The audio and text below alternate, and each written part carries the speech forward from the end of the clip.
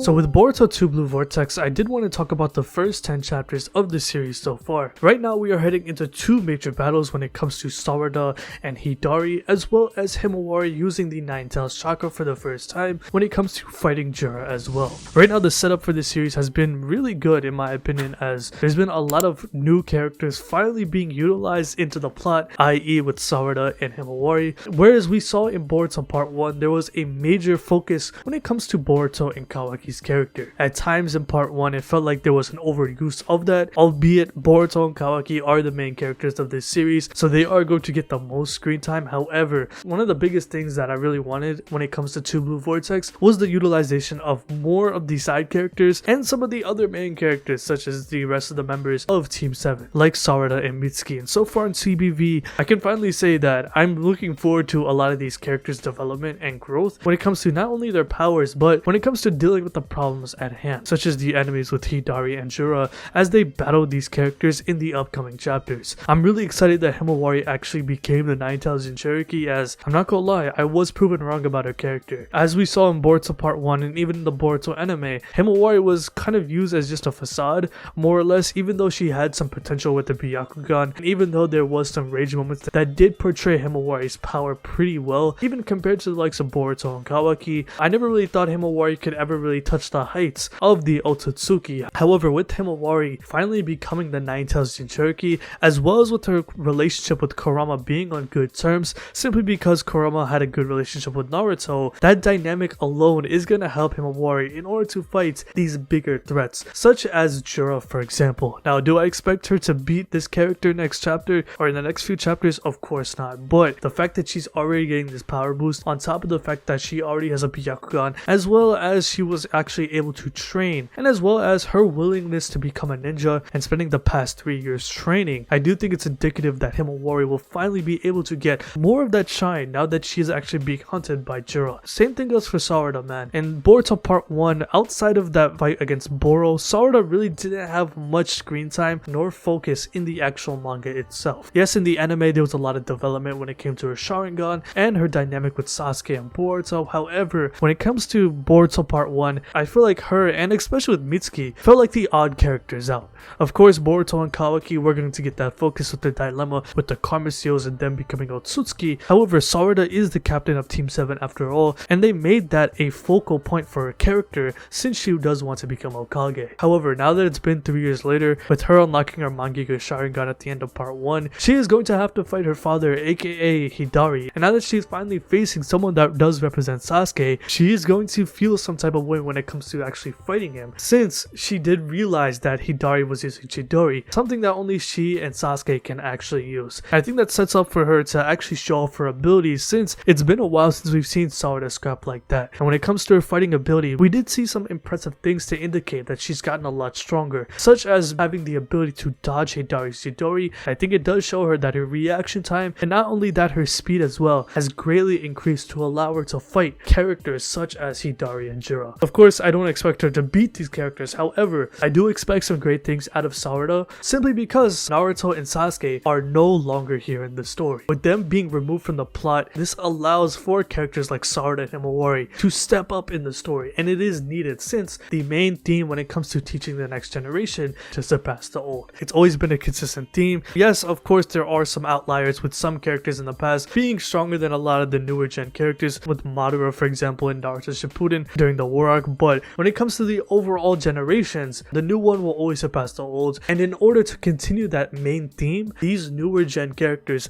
have to get more spotlight, and I think Kishimoto's doing a great job by setting up these characters. Not only that, with Boruto activating his karma in the past few chapters, he was seen last chapter trying to recover from his karma seal appearing. We did find out that according to Kawaki, Boruto has no control over his own karma seal, and I think it's clear to say that Boruto does not have control over Momoshiki, and so instead of trying to use the karma all while trying to worry about Momoshiki, Boruto did decide to forego using the karma when in battle. We did see that when he was fighting Code and the likes of the Ten Tails, he decided to not use any of his old Sasuke abilities. Even when it comes to like teleportation jutsu that he can use with the karma, he completely replaced that with flying Raijin and other jutsus to substitute the power.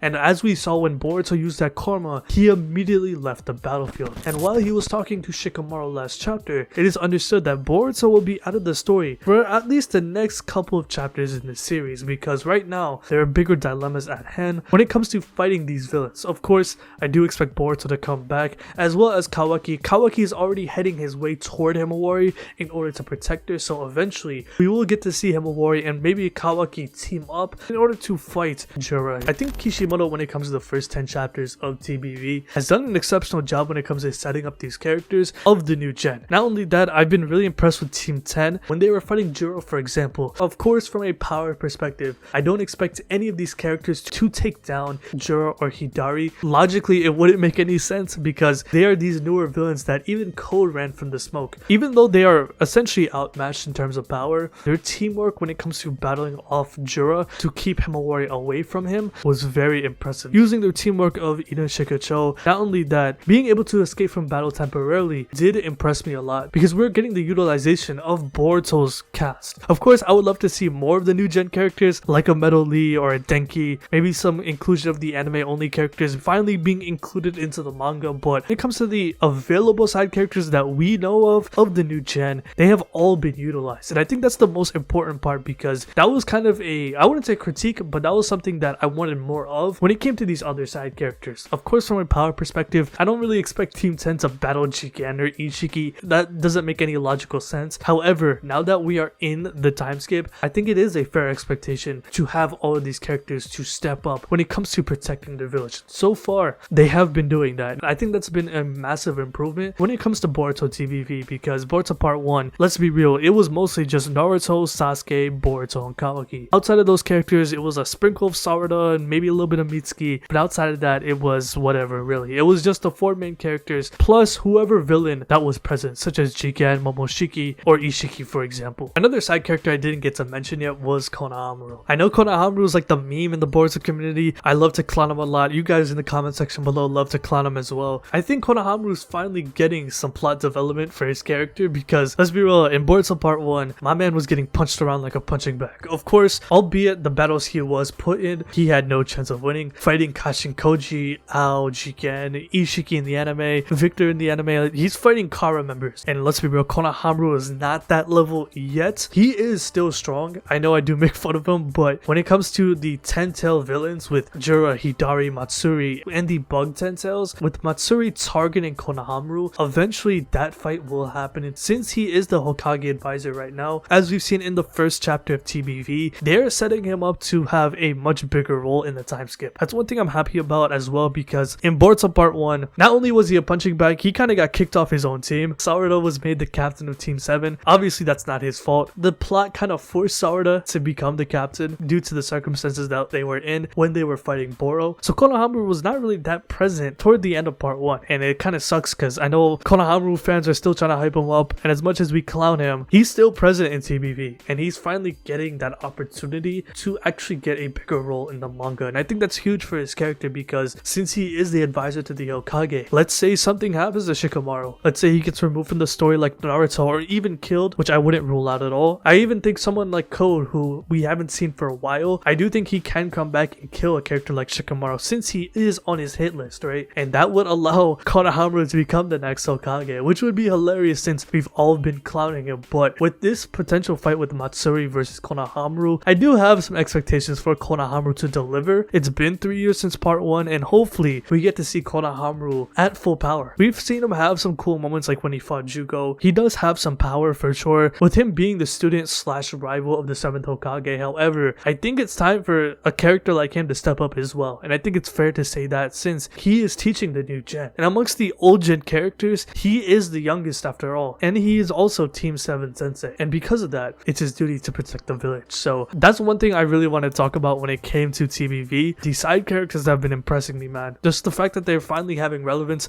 Mitsuki as well, how can I forget about him when he was fighting Boruto, utilizing his Sage Mode, even though he did get outmatched. I'm glad that all of these characters are finally being utilized the right way. It really wasn't a criticism per se in Part 1, but it's just something that I personally wanted more of, and I'm glad that we're getting that. Moving on, I did want to talk about Kawaki's character because Kawaki right now in the first 10 chapters of TBV hasn't been the best. I'm not gonna call him trash, I'm not gonna call him like a bum. I know right now a lot of Boruto fans like to clown him because right now he is getting the Boruto Part 1 code treatment. Every time he tries to do something, he kind of gets pushed put to the side because of Boruto, or anytime he tries to fight, he gets washed instantly, albeit he is just not as strong as some of these other characters like a Boruto or Jura, for example. However, the difference between him and somebody like Code or even Konohamaru, who characters that been getting beat up a lot, is the fact that Kawaki is one of the main characters of this series. Outside of Boruto, he is the most important character in the entirety of Boruto 2 Blue Vortex. So Kawaki has to wake up. He has to realize that he is not on the level of these other characters. We saw him try to bum rush Boruto the second that he saw him, disregarding everything to the side, despite him living in the village for years, developing these relationships with these other characters. Whenever he saw Boruto so far in TBV, he would disregard everything around him. He wouldn't care about the mission. He wouldn't care about protecting the village or stopping the enemies. He would go straight for the kill, trying to end Boruto, because of course that is his goal that he stated at the end of Boruto Part 1 when he was talking to Naruto. And because of that, it's really starting to cloud his judgment on what he truly values and when living inside of the Leaf Village. Because right now, since he manipulated the story due to the omnipotence happening at the end of Boruto Part 1, Kawaki was able to get his way for the past 3 years. Despite having no conflict, living in a time of peace, with Naruto gone, trying to hunt down Boruto, Kawaki really didn't do much so far in the past 3 years when it comes to heading into the time skip. Compared to a character like Boruto, who learned all of these jutsus like Rasengan Uzahiko, flying Raiji Jutsu, not using his karma, developing his power at a different rate, outside of just using the karma as a crux for power, Kawaki was the opposite. And when we saw Boruto and Kawaki fought each other, Kawaki was embarrassed. Boruto beat up Kawaki in essentially 2 punches, and it was already over. It was only until Kawaki decided to use his karma, which forced Boruto to flee, of course, since he doesn't have control of his own. So with that being said,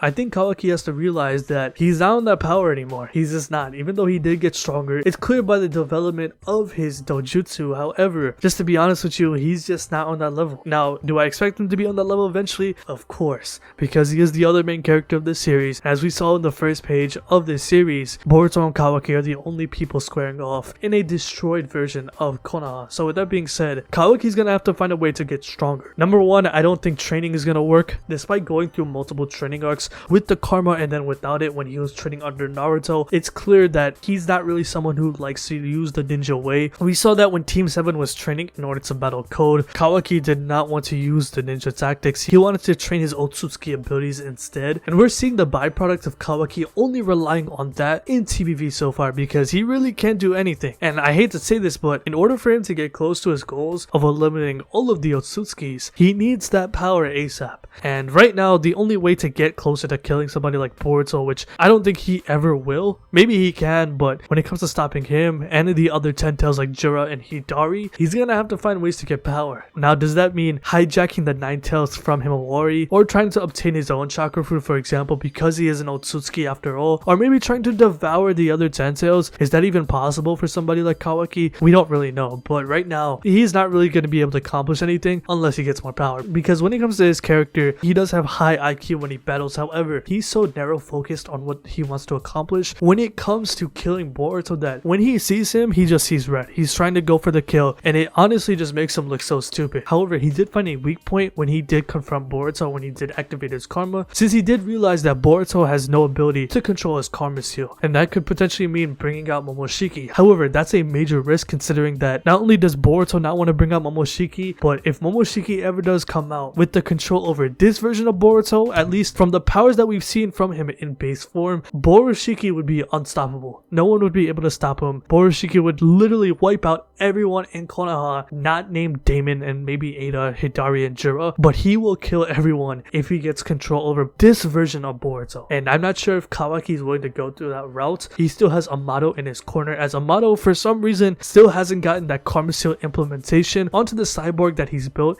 in order to bring his daughter back. It's been 3 years and Amato does have the ability to monitor Kawaki, and for some reason he hasn't done that in the past 3 years, which is really funny to know, because that's something that he did state in Boruto Part 1, hence why he did bring the karma seal back for Kawaki. Not only did he need that power, but for Amato to bring his daughter back, which for some reason they haven't done yet. Obviously that could mean Amato could be scheming something, he may need something else in order for his goal to be accomplished, but the only viable thing that Kawaki can do right now is, outside of battling Jura, which will happen next chapter, he's gonna have to get somebody like Amato in order to upgrade his power. So let me know what you guys think about this video in the comment section below. How do you feel about Boruto TBV so far? I did want to talk about it because we are now heading into a bigger development into the story of this series. I thought it was a very good time to look back on from what Kishimoto has done, not only when it comes to the main characters but as well as with the side characters. I didn't really talk about Boruto's character because I think it's fair to say that he has exceeded all of our expectations when it comes to his character, because Kishimoto with that pen, Boruto has been by far the best character in TBV thus far. So make sure you guys give me your thoughts on this video in the comment section below.